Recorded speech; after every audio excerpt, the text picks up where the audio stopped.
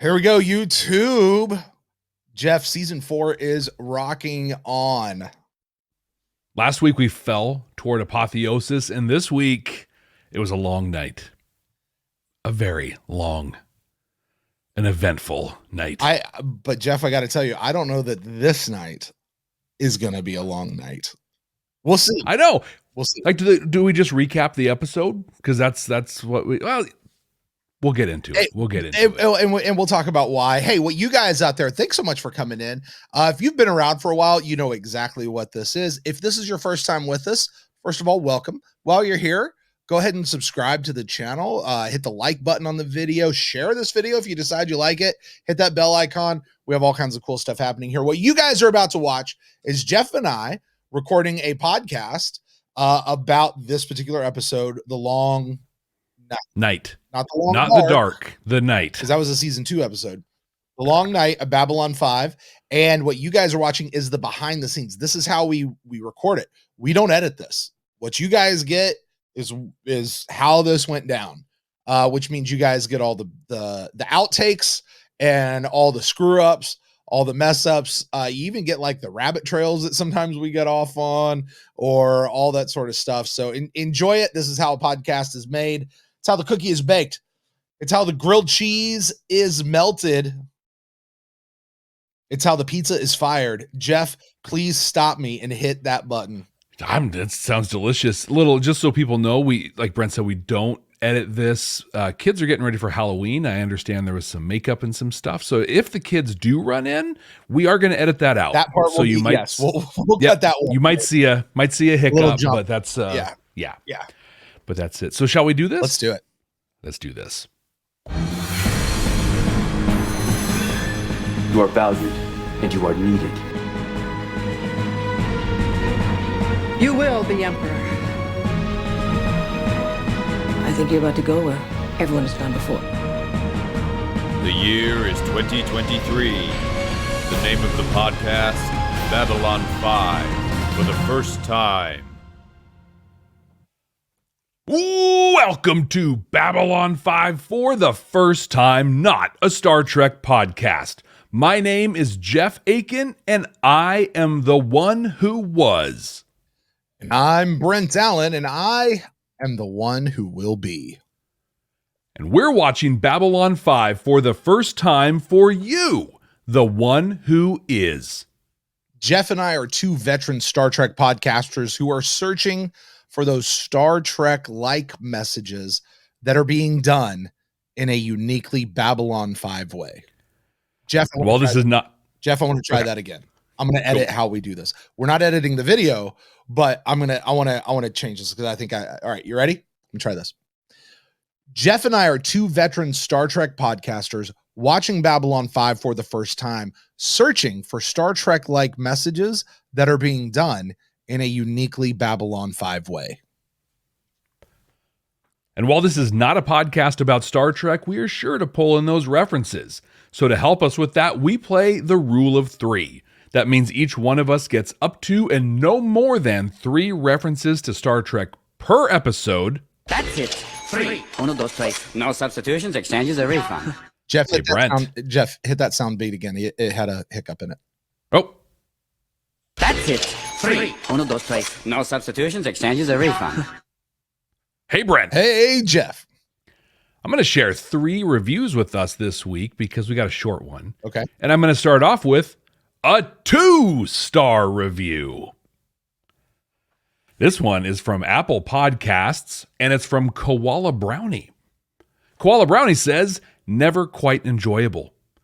If you're not a big fan of Babylon 5 and want to hear people complaining constantly about the things you also didn't like, you'll find this validating. This will totally be your jam. But if instead you have a fondness for the show and want to re-experience it vicariously, this will be frustrating and uninteresting.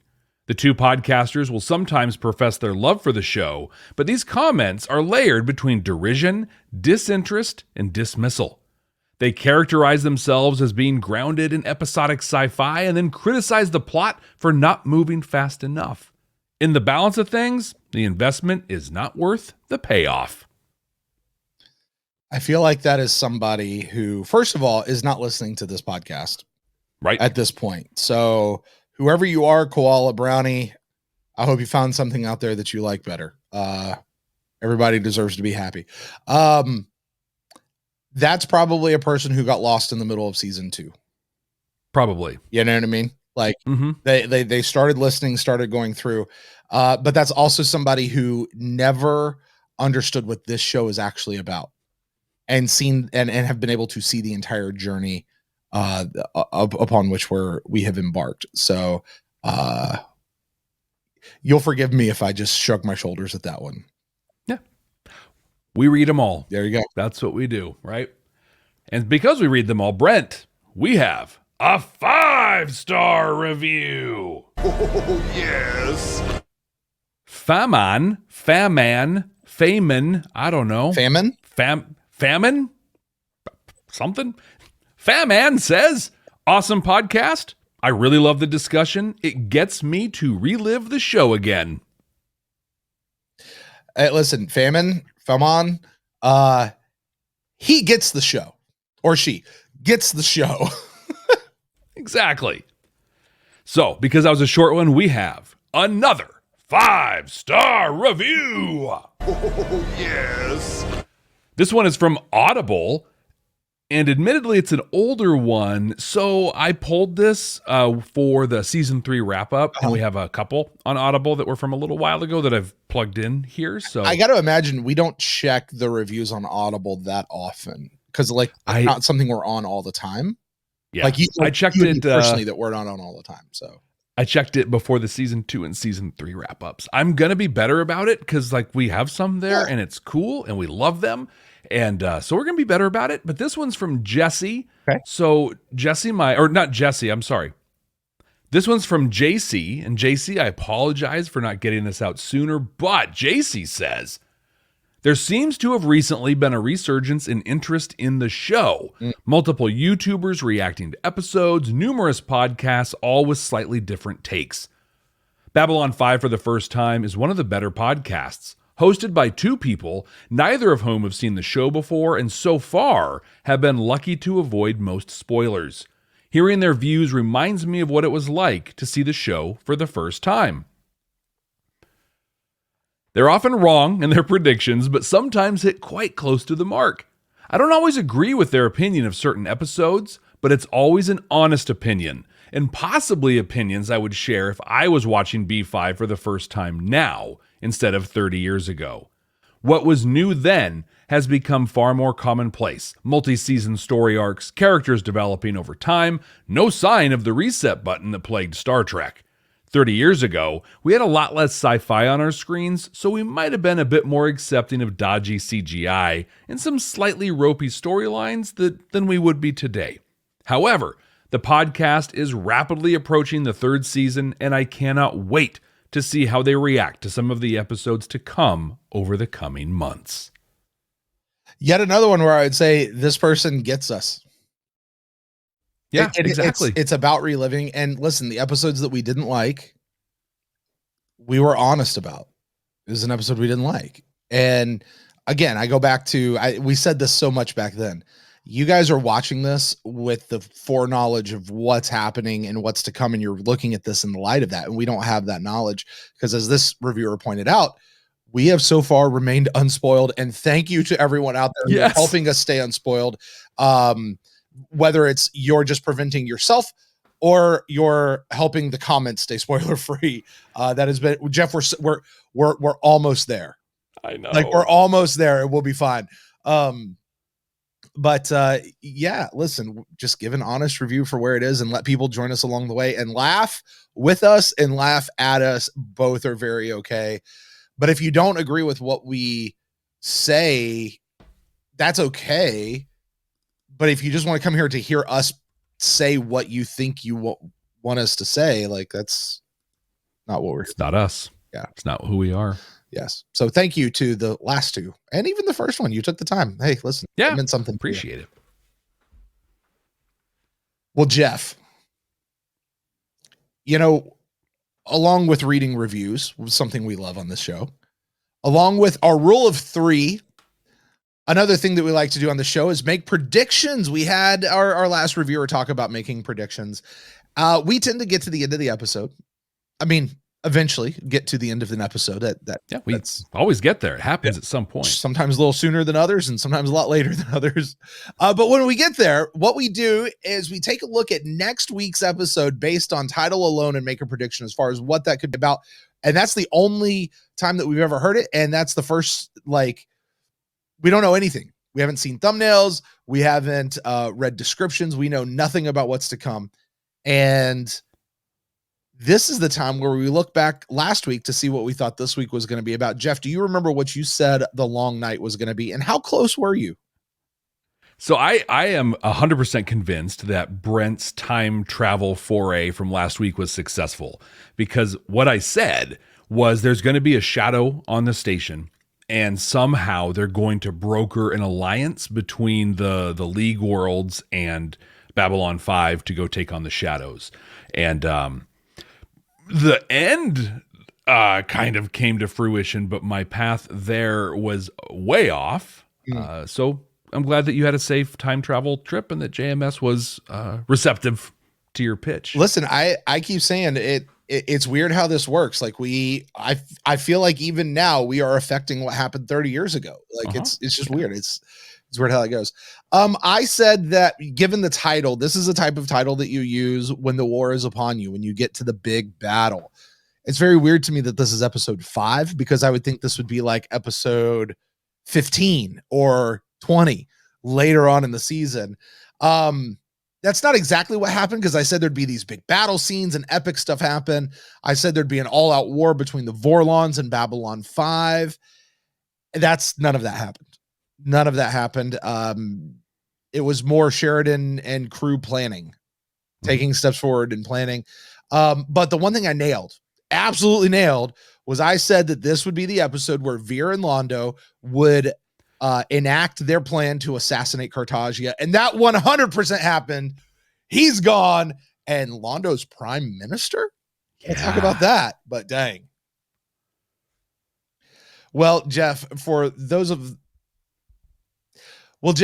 out there who did not watch this one first coming into it, or maybe they've never seen it before, they're just listening to the podcast, why don't you let the people out there know exactly what really happened in the long night? Captain Sheridan says it's time to end the war, but history has shown us that before the end, there's the final battle. We see one of those and also see the beginning of the other, and also see the beginning of another. Emperor Cartagia and his entourage have arrived on Narn. Londo's hard at work, lining his people up. As Cartagia enjoys and then brutally murders a court jester, Veer is busy procuring the perfect poison. The stage is set, and it's time. Cartagia calls the court to order, asking how Jakar pleads to a litany of charges.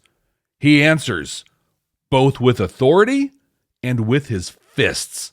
Jakar breaks loose his bonds through sheer force of will and attacks the guards. Fearing for the Emperor's safety, Londo ushers him into an anteroom. Cartagia continues to bloviate, and Londo tells him to be quiet. When the reckoning that Londo will face once he dies comes to pass, this moment just might be on the ledger. You see, everything is falling apart. Londo has dropped the poison, and Cartagia, a cold-blooded killer, is strangling him. But just as all is about to be lost, Cartagia turns right into the waiting poison needle, held not by Londo, not by Jakar, but by Veer. Veer has killed Emperor Cartagia. From here, everything falls into place. No one suspects poison, and Londo is elevated to prime minister. He orders the Centauri to leave Narn and frees them. The Narn celebrate, and Veer faces the harsh reality of his life. The story is far from over, though. As the Narn celebrate, some call for retribution. They want to strike back at the Centauri, but Jakar forbids it. But it's not quite clear if Citizen Jakar holds the sway that Jakar of the Kari once did. With one war possibly over, we move closer to another possibly reaching the end of its road. With the Vorlons taking out planets touched by the shadows, they're now reciprocating, and the shadows are destroying worlds that were once touched by the Vorlon. They have a nasty, powerful planet killer, and it is horrifying. And to make matters worse, the Vorlons are headed to a planet with over 6 billion people on it, Coriana 6. Knowing the alliance among the League worlds won't be enough, Sheridan has a bold plan. Bring the shadows into the fight against the Vorlons. It's a simple plan, really. I mean, it's not perfect, but it shows Sheridan's I'd do anything approach. He reaches out to one of my new favorite Rangers, Erickson. He tells Erickson that his ship is the only one with intel that, if the shadows got their hands on, would ensure that they would cut off the Vorlon attack on Coriana 6. Erickson and his crew are to attack a shadow base, ensure the rest of the White Star ships can escape, and then get blows up so the shadows get the plans, take the bait, and head into the battle. It's rough, but it works. Erickson and his Minbari crew make the ultimate sacrifice, and everyone is headed to Coriana 6. Sheridan closes out the episode by saying, on one side the Vorlons, on the other the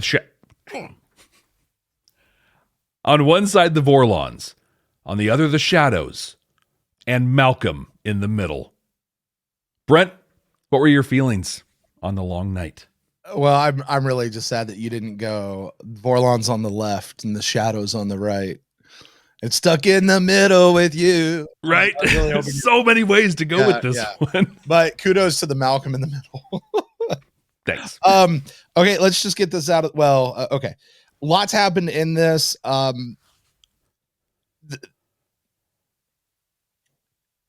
This season, Jeff, has been a very weird season. It's different from what we've seen in Babylon 5 so far. Mm-hmm. I feel like we talked about this maybe in the last couple of episodes, but this episode holds true once again. We have moved into a hyper serialized style of storytelling, and so much of these episodes is just watching it going, okay,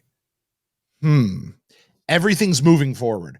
Everything's happening, but it's just like, so this is what's happening. Okay, cool.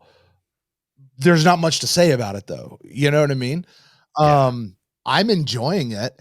I've got to wonder, and as a podcaster, Jeff, I try to stay away from hyper serialized shows like this on an episode by episode basis. Like, I think these are best done in like 3 and 4 episode chunks.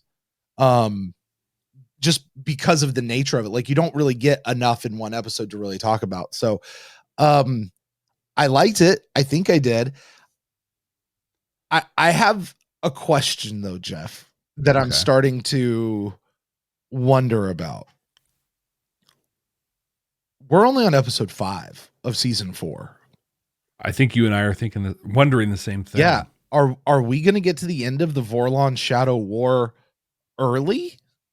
And then there's other stuff in the last part of the season that because everything for the last 3 seasons and 5 episodes has been building to this big, huge war.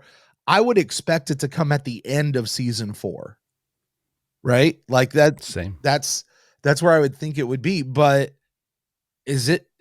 are we there? Because was it yet?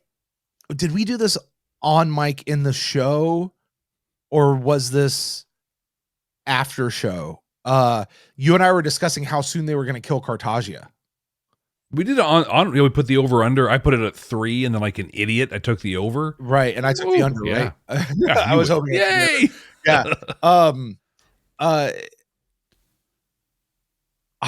Jeff, I think we might be wrapping up this Vorlon war, because I don't see this, like what they're doing right here, lasting for another 18 episodes. No. You know what I mean? Like, this has maybe 2 or 3 episodes at most, if it doesn't wrap up in the next episode. All of that to say, I really wonder what it would be like to go watch these first. Let's just say it wraps up in the next episode. What is it to go back and watch these first 6 episodes as like a mini binge and talk about this story as a whole once you've seen it all? Yeah. How about you? What did you think of this episode? I loved this episode. I thought this was a great episode. Sure. It was really well constructed. I think, like, to your point about we're just kind of watching the things happen.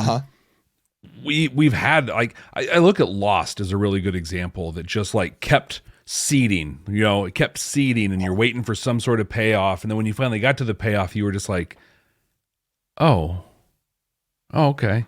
Right. Or Sopranos or Game of Thrones. Like, you can go down the list of ones where they got to the payoff and it was just kind of like a letdown. Although I would say if you were let down by the ending of Lost, it probably means you didn't really understand it. But it was very convoluted.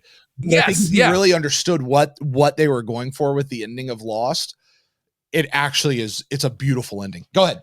It's brilliant, but I don't think if you were watching that week to week, you watch that last episode and were like, "Oh, got it." It all, like, that's a show that you have to go back, and just like Babylon 5 will be for us, I think. But we're on that home stretch. We're watching the things happen, and I'm loving it. Like, the way it's executing, I am not disappointed at all. A big part of it is the writing, the editing, just the physical construction of these episodes. The music in this one, it was dark, it was tense. Like, when Londo went to poison Cartagia and it all fell apart, in my head, I was like, if this was a regular TV show, it's all going to work out and he's going to get the poison and he's going to do it. This is not a regular TV show. This is Babylon 5. Everything's going to fall apart. We're going to add more to this and then have Londo as a bad guy and do all this stuff. But the way that it came together was so unexpected and so amazing. But when I watched the episode the second time and took my notes, it wasn't that unexpected. Those seeds were there that Veer was going to do it, down to their facial expressions and everything. It was just, this was an excellently put together episode. One of the things I loved about it was there were only 2 stories in this. There were only 2 things happening. There were no sidetracks in those stories whatsoever. And aside from a little bit at the beginning and a little bit at the end, these stories were told on their own. Like, we didn't cut from Narn to Babylon 5 and back. We were on Narn for the first 15 minutes of the episode. Yeah, pretty much solid. 5 or whatever it was. Yeah. Yeah. I thought it was really, really well done. Yeah, I enjoyed this one a lot.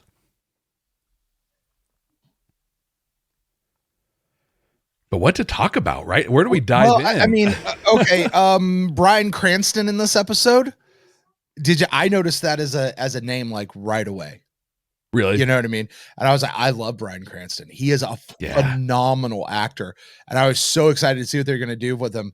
And then it turns out he was a dude on a screen. Yeah. Just standing there talking, which was, he looks so young. You're like, this has I know early in his career. Like, we don't know Heisenberg yet. Right. Yeah.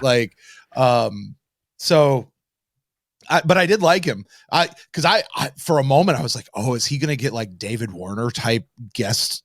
Is he gonna do something? And no, he didn't. And that's okay. He didn't. That's right. But his narration, Sheridan was in his office listening to the battle and listening to Erickson call it out, and it was like, I felt it. It was so good. Yeah. It's funny because I don't know, around the end of the school year last year, maybe a little sooner, my daughter got into Malcolm in the Middle. I think it was on Hulu. And you watch Malcolm in the Middle, and it's great. It's so good. A lot of it really holds up really well. But you can see those seeds for what Breaking Bad allowed him to really do and become. You can see those same things here, where he's just in front of a screen or just voiceovering, and it's great. Yeah. I was disappointed though. I loved the scene. I loved the scene where Sheridan was breaking it down, when he was telling him what had to happen. Mm-hmm. That was amazing leadership by Sheridan to do it in front of all the league people. There was no behind the door stuff, very transparent, very clear, and great leadership by Erickson to be like, yeah, I understand. This is what we're doing. We're in. I was disappointed because all he had to say, when Sheridan was like, this is what it's going to be, how it's going to go. Erickson just had to say, We live for the one, we die for the one. And that wasn't there. We got the whole, we all know what we signed up for, Chief. We got this. It was great. It was a good moment, but I'm like, you've got the lore. You got the stuff right here to make that powerful. And what's the deal with Sheridan being like, you don't have to be married, do you? No. Good. Well, there's that. Okay, Seinfeld. Right. What's the deal? Well, I mean, that part's obvious, right? That's I'm sending you to your death. Yeah. Let's make sure you have nobody back here. He's like, he's asking the question, like, yeah, you're going to die. You need to go make your. So, I mean, Jeff, let's call this plan what it is. This is in the pale moonlight. Yeah. This Babylon 5 does in the pale moonlight, where we're going to bring the Romulans into the war. I'm sorry. We're going to bring the shadows into the war. They're kind of already there. It's not the same thing. It's not Sheridan having a crisis of conscience over the whole deal. But that's the plan. We're going to put these two together and just let them clash. Okay, let's talk about the plan. Cause my ultimate, let me hit you real first.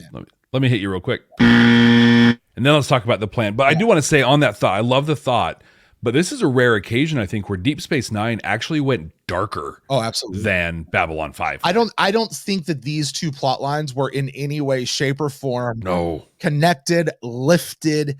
There is too much different here to say that you pulled the same ideas. Yeah. It's literally like the only thing you can say is it took these two outside forces and shoved them together in a rough way. Except the shadows aren't an outside force. They're very much a part of it. It's just, hey, we're going to force you guys to go fight. Yeah, we're forcing the issue. Yeah, that's all it is. The other one literally was, we're going to draw you into it and you're trying to stay out of it. So I'm with you on that. I don't think it's that, but it's that same, it has the same feel to it. Let's put it that way. When I first heard, I had to go back and rewatch this scene a few times where he's delivering the plan, because when he says, I want to bring the shadows into it, what I was thinking was, wait, is he calling for some sort of a meeting? Because it sounded the way he was talking like, I'm just going to call a meeting with the Vorlons. We're going to go have a diplomatic powwow. But no, that's not the case. He's actually going to force them to fight, and then he's going to bring the shadows in and just let them duke it out and hopefully get out of the middle of it. Yep. Let them minimize their damage as much as they can. Exactly. Mm-hmm. So what do you think of the plan? Is that a good plan to go with? Like, because they talked earlier in the episode about they're giants in a sandbox and they don't care what kids they're stepping on. That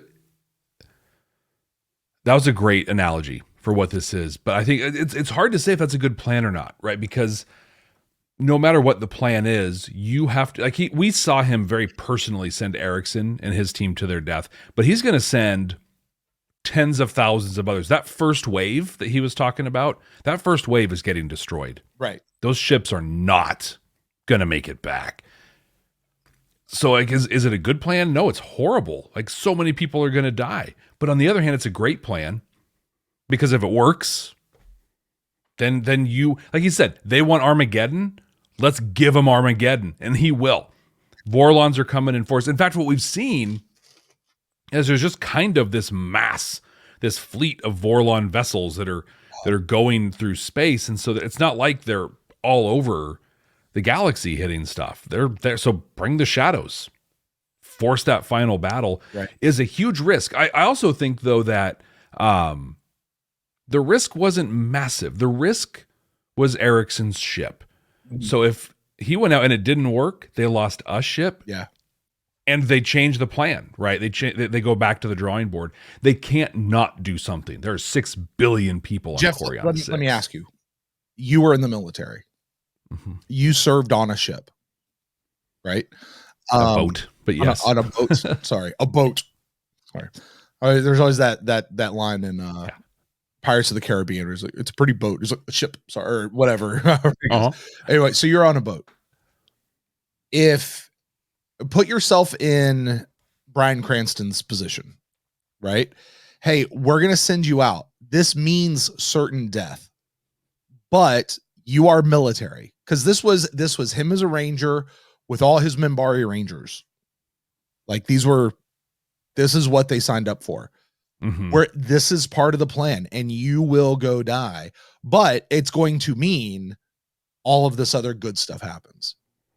How do you, as a person who's a potato peeler down in the bottom, or a helmsman, or, you know, not somebody on the bridge, not a commander, how do you feel in that moment? Are you proud? Like, are you saying, yep, this is what we signed up for, and this is a part of the plan, let's go? I mean, obviously, well, I'm gonna shut up. I think it is that, you know, I think about, for example, so for me, I was so very fortunate. I served in the mid 90s. I like to tell people I was in Clinton's Navy, and our enemy was dirt and our enemy fell. I could strip and wax a deck like nobody's business, you know? Right. And I mean, we did things, there's stuff that happened, but nothing to this scale.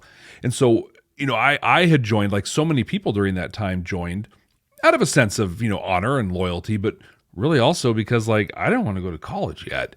You know, I wasn't ready for that path in my life. That's what happened when we went to Afghanistan and Iraq.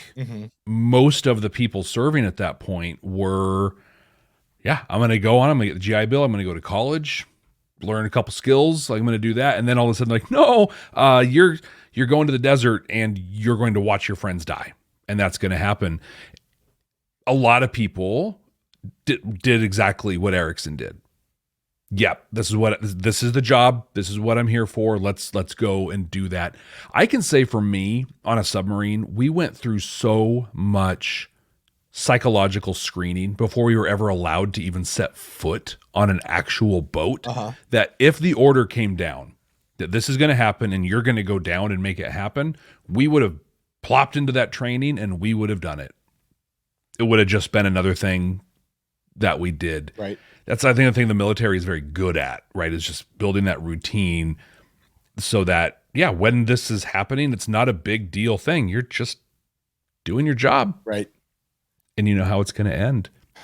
And that's kind of what I suspect and had anticipated out of this whole group. Like, it sucks. You're going to go die.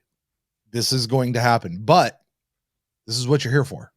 Like, we need, and here's all the good stuff that hopefully is going to happen out of the middle of that. Jeff, I do want to bring this up. Real early in the episode, Ivanova comes in, she and Sheridan are having a little chit chat, right? And she, she's talking about, like, hey, we just had another 10 ships join and we've never seen anything this big and you're doing amazing. And I would like to read my note exactly as I have it written. Wait, has Sheridan created a federation of planets that are united? What?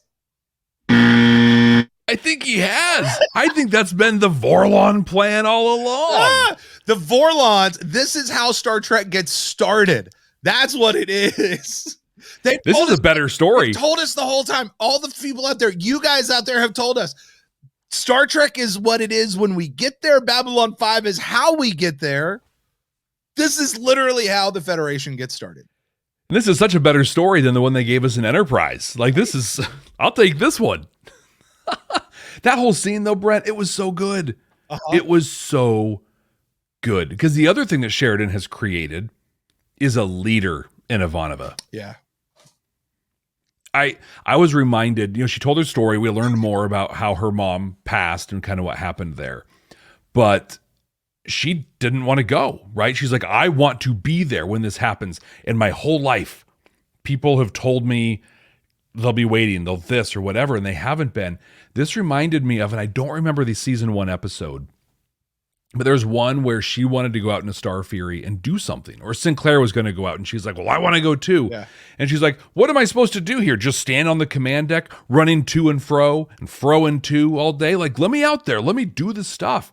And I feel like this was a really good callback to that. And her being like, no, you're not going to set me to the side. I'm going to be in this, and I'm going to command part of this fleet. Like, that's what you have trained me to do, and I'm going to do it. Don't you dare set me on the side of this. Yeah. Like, no, I'm not doing that. I just, You started this other thing and I need you to go do that. And wasn't I saying that like way back at the beginning of the third season, they need to go recruit the first ones? And apparently at one point, Delen's like, when she's giving her speech, she's like, we will have first ones. We've been recruiting them for some time. And I'm like, yeah, 12 minutes is how long you've been recruiting them for. Hopefully it's going better than last time. Right. I want that job, by the way. Just flying around and looking for first ones? Not the other dude's job. I want the going to look for the first one's job. Just fly around and look. But you know what? You just made me think of talking about looking for the first ones. Ivanova got the party first ones, the tiki head guys, to be like, yeah, just come out and say our names and we'll come and help. She did it by like saying, hey, the Vorlons are blah, blah, blah. And they're like, we hate the Vorlons. Right. Those guys are awful. Well, I kind of get it now. I wonder if this is something they've done in the past, like overstepped their bounds. It's just getting bigger this time. That's an interesting thought. I wonder if that's, if that's what's happened. So, Jeff, that's all I had on this particular side of the plot. Do you want to jump over to the Londo and Jakar stuff? I have a middle thought. So I was thinking, well, I forget what you were talking about just a minute ago, but I was thinking about how like, are there just these 4 or 5 episode kind of arcs that move? And I mean, we have 17 more episodes in this season after this. And then 22 of season 5 after that. And a few movies coming after up that. And we're doing the big shadow battle next week? Like already? So in my head, I'm like, on one hand, I'm like, okay, so no, this won't be the big shadow battle. There'll be more or whatever. But then I remembered something. I was like, yeah, season 3 was all about the shadow stuff, right? Shadows wrapping up or moving towards wrapping up the Centauri Narn stuff that we'll transition to here in a minute. But then I remember this whole other storyline that happened in season 3 that we haven't even mentioned in forever. Remember Earth? Right. What's going to happen there? So maybe that's the next arc. Maybe somewhere in this, the Shadow and Earth connection lets us segue over into kind of dealing with that. Because, I mean, there's Psy-Corps, there's Earth Force, there's Home Guard. We haven't talked about Home Guard in forever. Bureau 31 or 13 or whatever it is. Mm-hmm. All these things. There's Chicky. There's President Clark, who's still out there doing weird stuff.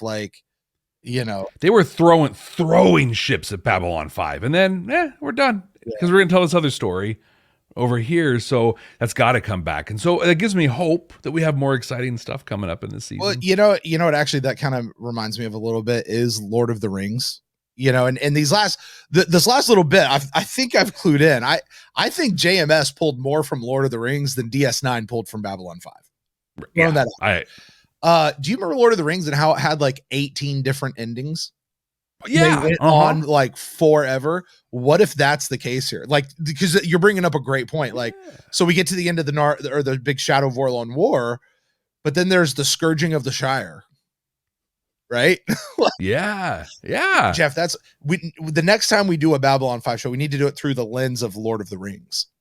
I bet people would be a lot more open to that. The 2-star reviews would be a little more kind, right, I think. Right. Yeah. Right. Although those have been very minimal because we have a lot of awesome people out there listening to the show. We do. A lot of awesome. It's the best. Yeah. So let's talk about Londo. Yeah. Veer, Cartagia, Jakar. Okay. I just got, let's talk about that court jester. That was woof. Like, did people really used to think that was funny? I know. Really what a court jester used to be. I know that's what we all have in our mind. If that was entertainment, it's like, hey, I'm king, I'm emperor. So look at this. This is my prime entertainment. Is this guy? He's poking people and squeaking a squeaker. That's really what he's doing. I mean, the dude on the cruise ship did that to my kids. Like, my literal thought when he was running around doing his stuff is I was like, oh, because it's like some, Roman wait, nope. This is in our future that this is happening. Like they used to have TV. They used to have, prime, entertainment events and stuff. How did their culture slide so much? Yeah. That's fun. I don't know. You know what it really reminded me of? Oh, this is my third one right here. It's okay. You're moving through these fast. The clown episode of Voyager. Oh my God. I feel about the same way, honestly. Yeah. Like, I shouldn't say this. I was kind of glad when he lost his head. Although that was a little That was a little over the top for Cartagia, but whatever. Yeah. I let's just say I didn't blame him. Right. Like I understood, which is horrible. So let's actually get into okay, let me ask you this. Did we know that Centauri have multiple hearts?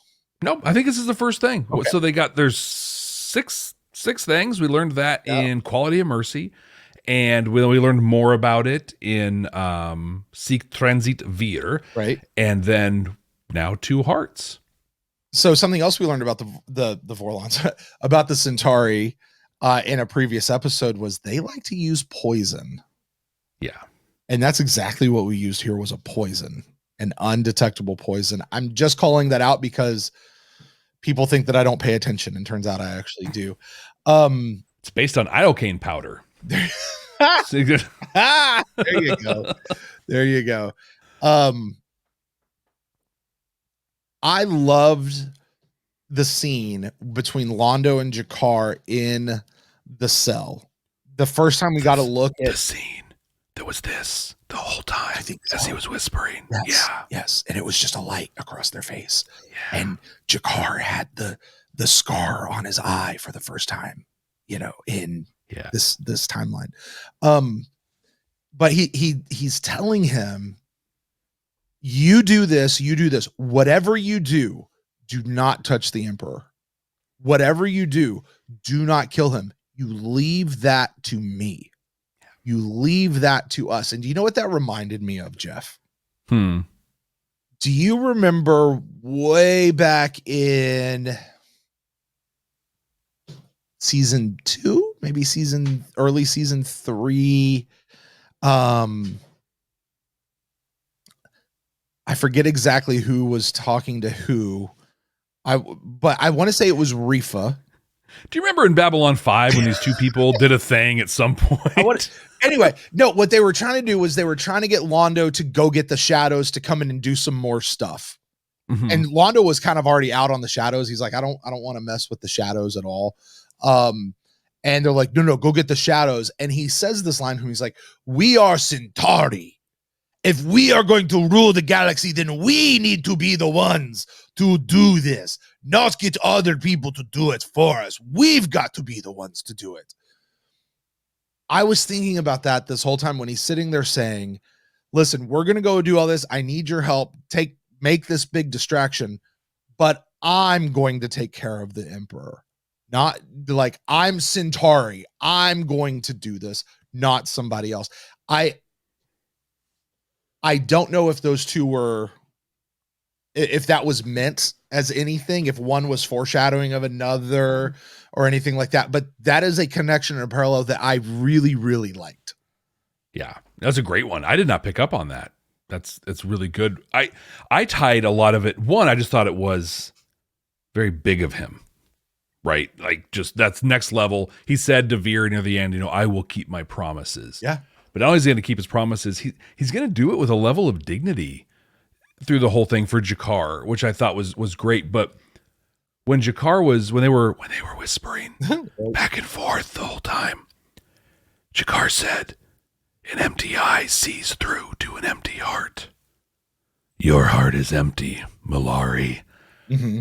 I thought a lot about that line. And at first I was like, well, yeah, because like he's having to sacrifice himself to make up. He feels like he's making up for what he did, but he's not. He's just sweeping up the mess. Uh-huh. He's not actually solving any of the problems that, the root things. And that's draining, it's emptying his heart. But then I thought even more, Londo who was, I forgot how to dance, right? Our favorite Londo in those moments. He let that Londo die to get back into his political scheming and doing the games. And he got into this trouble by political scheming, and now he's trying to get his way out by political scheming. And that moment he let that Londo die is when his heart emptied. But I think that you and I are on the same thing, where Londo is Centauri. That is who and what he is. And he makes his decisions. He does the hard things the Centauri way. Every time. including taking out the Emperor or planning to take out the Emperor. Yeah, he didn't really do it. Veer did. Yeah. And Veer, Veer's such an interesting character and might be, Veer might be a top 3 interesting character when you really look at who he is, who he was, the journey he has taken and where he's finding himself. Do you remember when we saw War Without End and Jakar and Londo like choke each other out and there's Emperor Londo on the ground and Veer just steps out. His shoulders are back. His head is high. He's looking down his nose and he bends down and he picks up the Emperor's crest and he's just holding it there. That was Veer with some stank on him. Yep. You know what I mean? This isn't that Veer yet, but he's getting there, and I mean, obviously he's having his own crisis of conscience. I feel like I'm saying that a lot lately in this season, crisis of conscience. Maybe, what was it? Forgiveness was last season. Yep. This is it. This season's theme is crises of conscience, which probably talk about Garibaldi and all that too, but whatever. But Veer, he turns around and I don't think that Veer had the thing in his hand and the dude just turned around and walked into it. Veer had this in his hand and he made the decision. I'm stabbing you with this. Well, he had to push a button. They went through the operation of the thing that looked like it might have been, I don't know, a flute carved from Narn bones instead of Centauri bones. But he had to make a series of conscious decisions to make that happen. Yeah. So Veer's doing something awesome. Absolutely awesome. By the way, Stephen First, I asked this question a couple weeks ago, but I'm gonna just say it again. He has definitely lost some weight and he's looking pretty good. Yeah. He was looking, I thought, unhealthy like in the first episode, but he's filling back out. He's whatever, he was looking good. But also on Veer's piece and then to Stephen First. Yeah. In that council meeting that they were having where Londo had all of his people and he was like, this is the plan. Mm-hmm. He dies today. This is what it's going to look like. And people started doubting him. Veer's the one who stepped in and was making the pitch on why this needed to happen. Like he's holding his own. I remember back at Born to the Purple was the episode when we ended up with Veer and I think Netoth and they were negotiating over some of the Ragesh 3 stuff that was going on. And he was out of his league. He didn't know what he was doing. He was calling Londo. He wanted help. He didn't know anything. To now, where he's looking at all these high-powered politicians and people and be like, no, this is what needs to happen. This is what you're going to do. And this is how it's going to go down. Like, he really held his own all the way up to where he has the moment after he kills Cartagia. He's been drinking and he just lays into Londo. Like, that is Veer and maybe even Stephen First's like crowning moment. Mm-hmm. That was amazing. He's like, well, I thought, you should have a drink, but then you can't drink alone. So I took a drink for him and then I took my own drink. And then that just sort of kept just going on. But isn't that so classic who Veer is? Like, Veer is in this weird spot where he will do what needs to be done. Yeah. He will stab you, but you know what's different about him and Londo? Veer has a heart. He cares. It hurts. Londo does. He has remorse. Have a heart. No. Jeff, I said a while ago, and I'm gonna reiterate, I'm out on Londo. Londo is irredeemable. And I don't care what he does here over these next little episodes. He is doing his best to redeem what he can be redeemed. But he had a line where he said, and it was in that council meeting you're talking about, where they're like, well, your friend Rifa, and this is really all your fault. And Londo goes, listen, when I die, there will be a reckoning. Mm-hmm. But for now, we've got to do that. I think that's Londo himself recognizing he's going to have to pay in this life or the next. He's going to pay for what he's done. And we even in War Without End, when we saw old Londo, he's like, just do this is the the little bit of redemption to help you do this. Like that's it, it's like he can't do much. And he's right, he can't do much. And he's gonna have to pay for this. But in the meantime, he can still try to do the right thing right now. Yeah, which is sweep up the mess. Yeah, he's trying. And I think the other thing he did that I thought was great was that scene with Veer at the end when he was drunk. That was a shining moment for Londo as well. Veer called him out, right? He's just like, I've been drinking. It always worked for you, Londo, right? What did he say? He said, how much more do I have to drink before I can look in the mirror and not see myself? Right. Oh, but Londo didn't get defensive in that moment. Like he knew what was going on, and he sat him. It was a really good mentorship moment with Londo, where like he apologized for being mean to him when he first came onto the station, and he validated what he did. I loved what he said. He said, "You did a hard thing, but to your point, you still have your heart, and it is a good heart." He didn't sugarcoat stuff for Veer. Yeah. He didn't tell him it's all going to be fine. Hey, it was hard, but you're going to be okay. It's good. No, he's like, you will never not see his face. Like this will live with you forever. Yeah. But then he focused on Veer's strengths and the positives. You have a heart, you care. This is ripping you up. Don't ever lose that. Right. Don't ever lose that. And don't forget how to dance. Is effectively what he's really, exactly. Yeah, he's really saying that, right? Jeff, I know you've got to be dying for it. Stations of the Cross for G'Kar. I picked up a bunch of them myself. Have at it, man.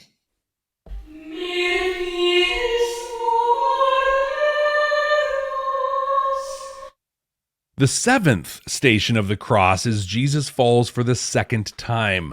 We get that with G'Kar as he's being paraded around the towns, which strangely just looked like a set with some fire in it.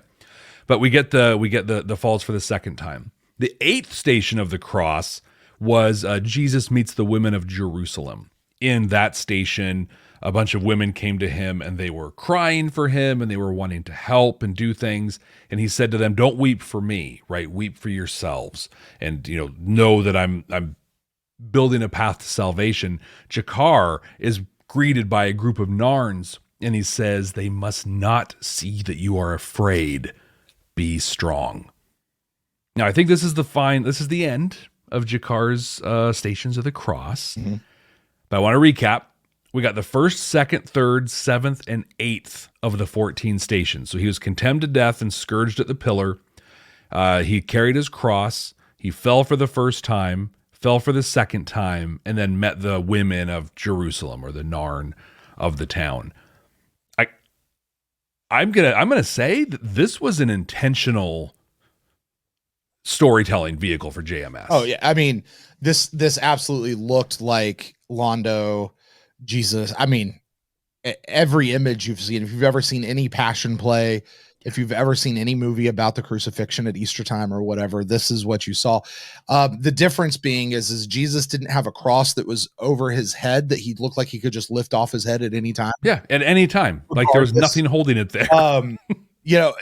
The edit, I think this is just more the editing and the pacing of this part of the episode where Cartagia is talking to him and we see Londo, or not Londo, I'm sorry, we see G'Kar like wrap his hands around the one chain and then wrap his hand around it. Like that pacing was very, very weird.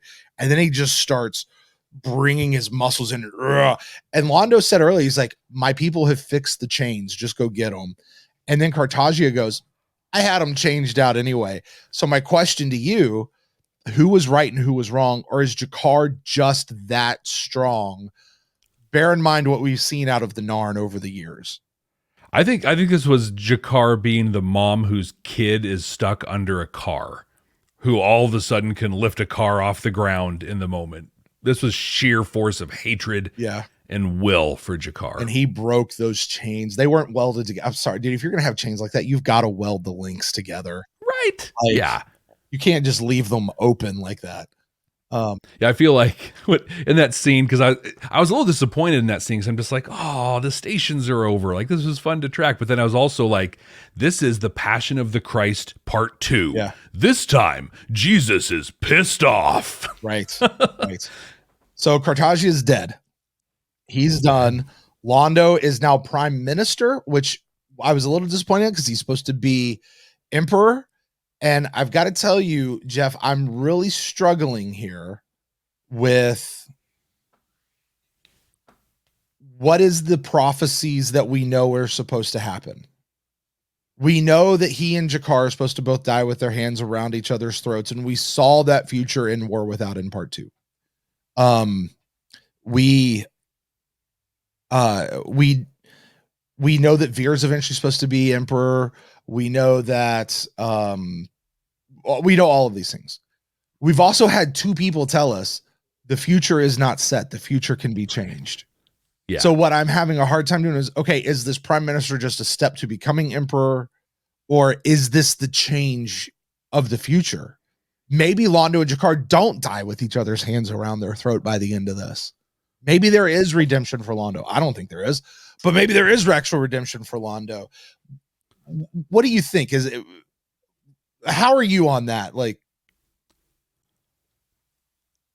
I think Majel Barrett was pretty clear.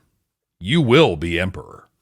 Like that part was for certain, and the rest of it was kind of up to toss. And Veer is going to be emperor. You're right. She did say you will be emperor. That's going to happen. Yeah. And so I think this is a step. I don't know. Actually, honestly, as I'm thinking about it, it's almost like, hey, we need to get like 2 more episodes out of this Centauri story. Mm-hmm. So we're going to have you pit stop at Prime Minister. We're going to have you go back to Centauri Prime. Like he told Veer, we have a lot of work to do back home. Yeah. And that work is going to be setting up for his ascension to emperorhood, because there's probably a process for that. It is pretty weird, though, that just random dude gets to walk out and be like, we don't have a plan for a succession to emperorhood, so you should be the prime minister. Any objections? Oh, no, he says, do I have your blessing? Yeah. And like 4 guys are like, these guys just sort of came out of nowhere. I mean, I think we understand that they're the court that we've kept hearing about. Sorry, let my Kentucky come out right there. That these guys are the court we have continued to hear about.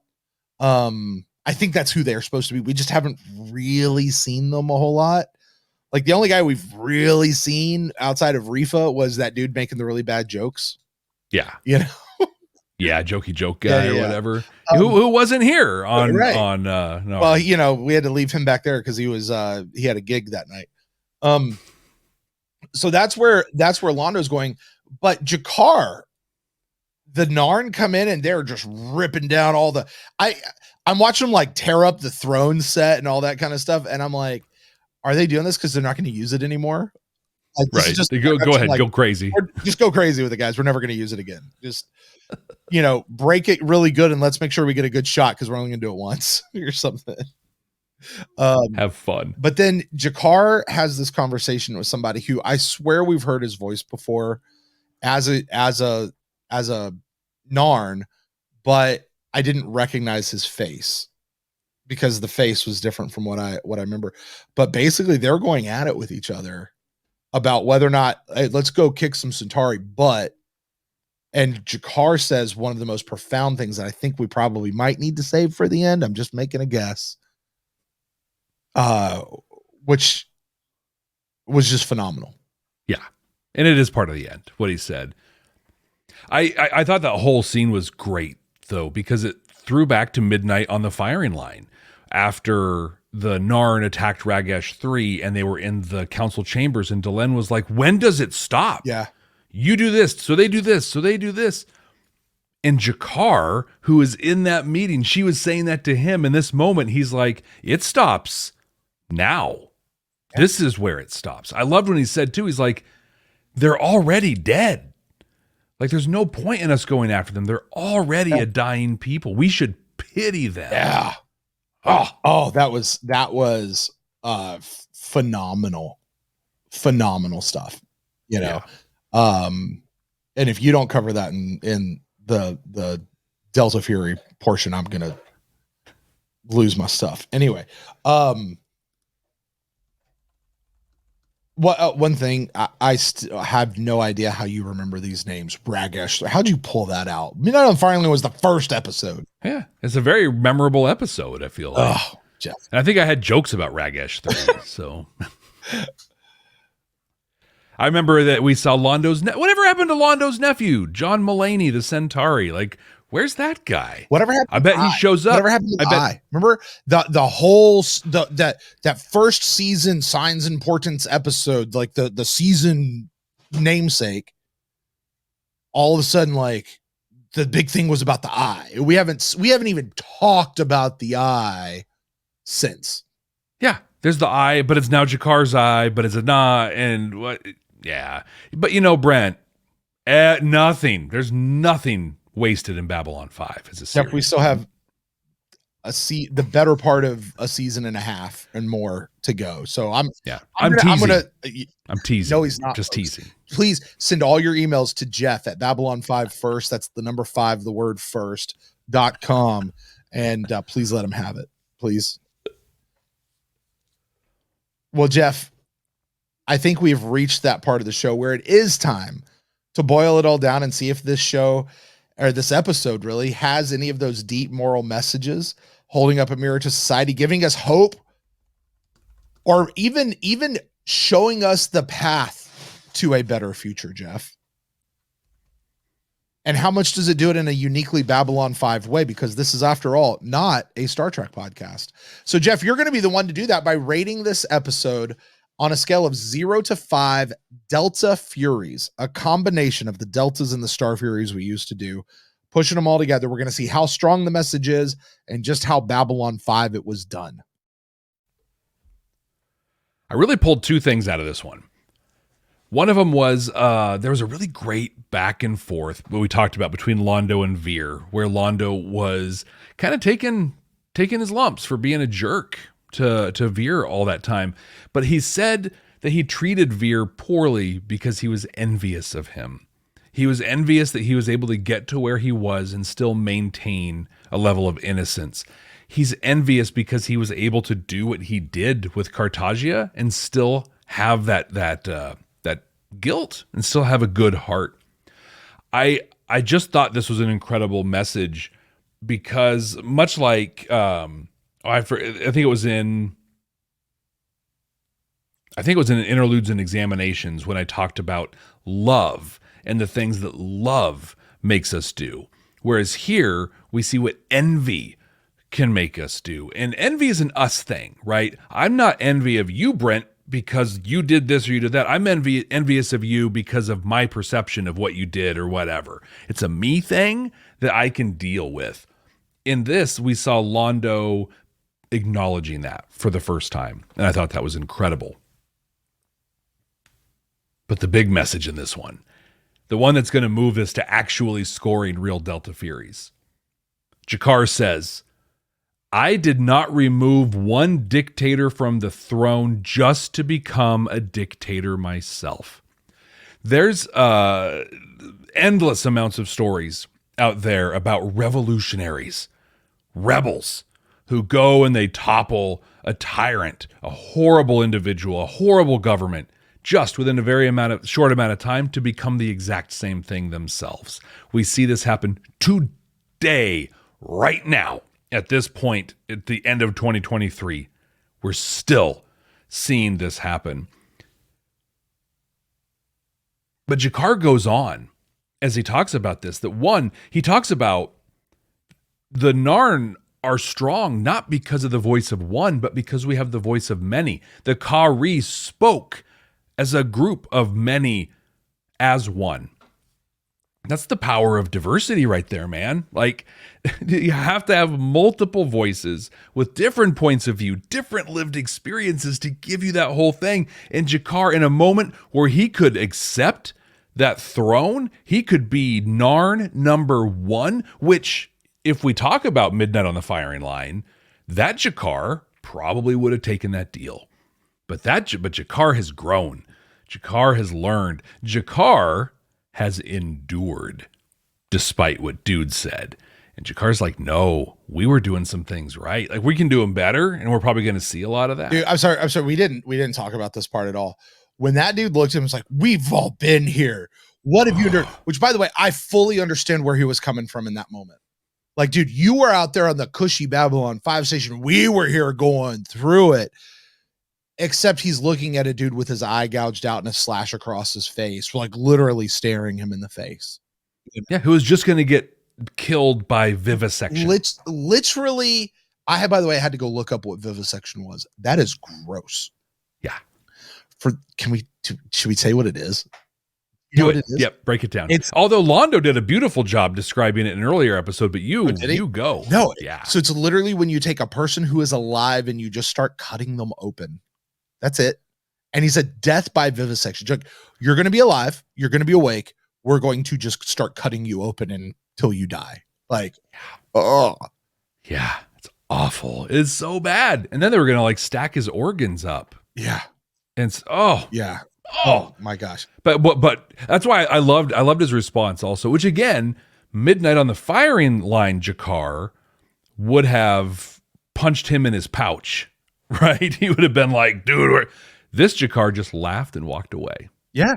It's almost like, from the mouths of babes, you young child that doesn't know anything. Jeff, and I'm sorry to kind of squat in on your side.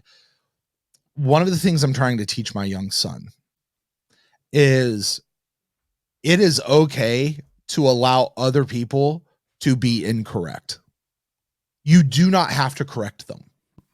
And if you know that you're right about something and they're just digging their heels in and they're whatever, you can just smile and be like, okay, dude, whatever. You don't have to keep going at it with them, especially if you know that you're right. Like, who do you have to prove that to? No one. It's okay. So when G'Kar just looked at him and just started laughing and turned around and walked away, I was like, that's exactly that whole idea. Like, G'Kar had nothing to prove to that guy. He didn't need that guy to be like, oh yeah, of course I see it your way now. Like, just like, buddy, you have no idea. And turns around and walks away. Like, he was so much bigger than that dude in that moment. It was such a power play. It was incredible. It reminds me of my favorite back in the days when I was still on Facebook and around like election time or whenever some political thing would happen. And I was put a little post up there that just said, oh, your 26-page long Facebook post about such and such issue caused me to think about this in a different way. Thank you. Said no one ever. Just don't. Right? And in fact, if I get on my leadership chair for a minute here, it's one of the big things I teach the managers I work with. It's not about you being right. It's not about you saying the things that need to be said. It's about you creating an environment where people can understand. That's it. It's not about you being right. You give that up and you let the other person be right. That's weird. They tend to understand. Then they tend to perform. Things go really well. This was such a great message that came. It's really, to me, this is the key, the capstone on G'Kar's development. We're going to see a lot more with G'Kar, right? I think his story is far from over. And we're going to see how he gets positioned. But I think in the arc of, I'll say, Midnight on the Firing Line, or even worse, the Gathering version of G'Kar up to now, like that moment when he literally said, they're already dead and we should pity them. That's enlightenment. That is growth. That is wisdom that only comes from enduring. It was great. It was powerful. And based on that alone, I'm giving this one 3 Delta Furies because it was the end of the episode, but it was the cap to the whole arc. And I tell you what, I don't think it gets more Babylon 5 than G'Kar laughing at dude and walking away.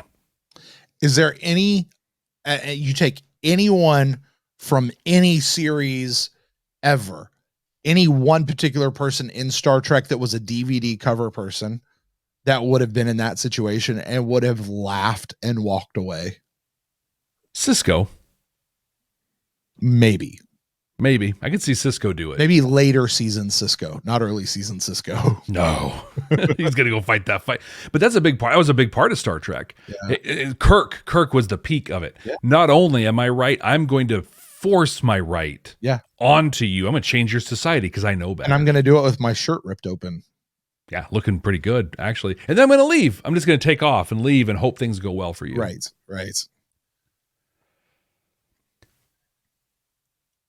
Well, Brent, we are creating the absolute 100% and completely accurate definitive ranking of the 4th season of Babylon 5.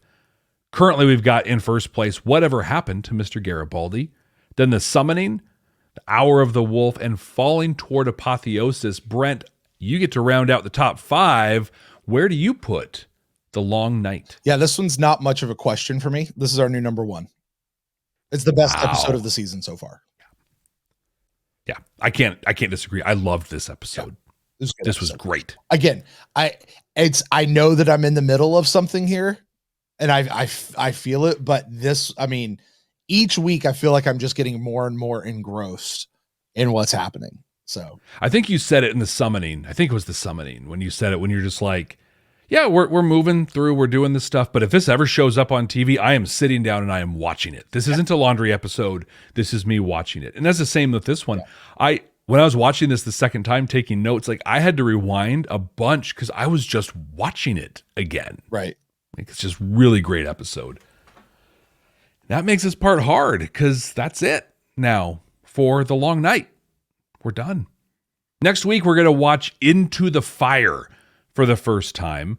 Like Brent said earlier in the episode, we play a game where all we know is the title of the next episode. We haven't looked at any pictures, thumbnails, synopses, anything.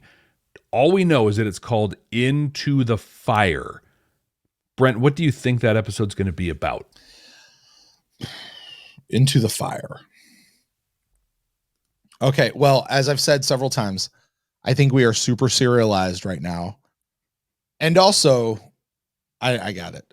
And also, JMS has pulled way more from Lord of the Rings than he has from DS9, or than DS9 pulled from Babylon 5. So here's what I think is going to happen. You remember back in the day when I used to say, well, I think the next episode is a continuation of the story that they set up here? I'm literally saying that for this one. I think this next episode is Ivanova heading off to meet the first ones, and that'll be a part of it. And the rest of it is going to be about the Vorlons and the shadows and the humans getting in the middle of whatever they're getting in the middle of. I think that's this next episode. I should be safe and end it there, but I'm going to go a little bit deeper and get a little more specific with it. Okay. And this is where the Lord of the Rings piece comes in. I'm feeling a little frisky. Here we go. At the end of the episode, Sheridan and the crew are going to be screwed. They're backed up against a proverbial wall between the shadows and the Vorlons.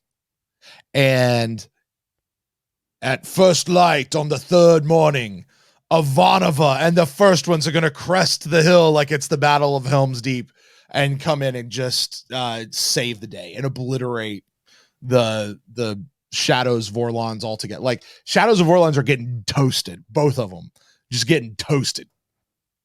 You think it's going to happen in this episode? I think that it's so. I definitely think Ivanova and crew are out looking for first ones, and I think Sheridan and crew are right in the middle of it with the Vorlons and Shadows. My initial thought was where it would make sense to me is the episode ends with them backed against the wall. This is a cliffhanger episode, and then they pick it up in the next thing. Is there enough there to make 2 whole episodes out of? I don't know. Maybe not. It could. I keep predicting it to take longer than I think it will, but it seems like they're moving really fast. So I think it might all happen in the same episode, but I wouldn't be shocked if it also ended cliffhanger style with Sheridan backed up against it. What do you think? I think we're getting the battle, right? I think this is the Vorlon Shadow War. Yeah, this is it right here. Yeah. I think it's going to be less dramatic. I'm of the opinion that this is the last. I mean, outside of like mop up or whatever, this is it for the Shadows and the Vorlons. Like you said, this is it. But I think that means we're getting the whole thing. They're going to show up. The Shadows are going to show up. The Vorlons are going to show up. And then the first ones are going to show up. And we're going to get a solid like 8 to 12 minute all CG. Pew, pew, pew, pew. Oh, God. Ah! stuff going on with stuff intercut of, I've got you over here. Oh, escape life pod over this. Like, it's going to be a super intense battle scene. Intercut with stories of Londo and Veer on Centauri Prime doing their political machinations. I think this episode will end with Londo as Emperor. Okay. And we're going to find out right here next week. Thank you all so much for joining us. Don't forget to leave us a rating and a review. Apple Podcasts, Good Pods, Audible. I check it. I check that sometimes. It's cool. I'll check it.